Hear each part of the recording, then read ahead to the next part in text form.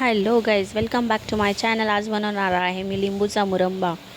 लिंबूचा मुरंबा बनवण्यासाठी आपण आधी लिंबू घेतलेले आहेत 15 ते 20, स्वच्छ धुवून घेतलेले आहेत आणि असे ड्राय पुसून घ्यायचे मस्त। हे बघा, अशा प्रकारे पुसून झाल्यानंतर ते 4 भाग करायचे आपल्याला एका लिंबूचे।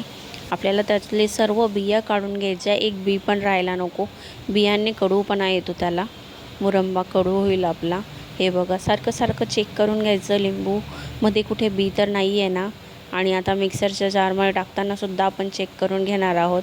एक एक लिंबू बघून घ्यायचा, बी राहता कामा नये। हे बघा, उन्हाळ्याची वाट कशाला बघायची, आता लिंबूचा मुरंबा बनवून घ्यायचा। टेस्टी आणि इझी पण आहे।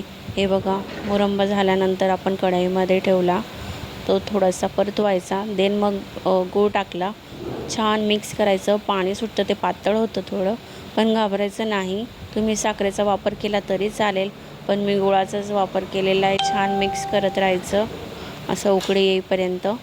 हे बघा, आता मी मीठ, चवीपुरता मीठ आणि लाल काश्मीरी मिरची वापरली आहे। असं छान मिक्स करायचं, स्लो गॅसवरच घट्ट होऊ द्यायचं आहे आपल्याला। असं छान मिक्स करत राहायचं।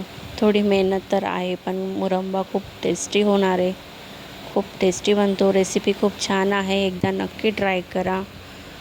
हे बघा, आणि असं मध्ये मध्ये चेक करत राहायचं आजूबाजूला जे लटकलेले। हे बघा, वाव, स्ट्रक्चर खूप छान झालं आहे, दिसतंय खूप छान।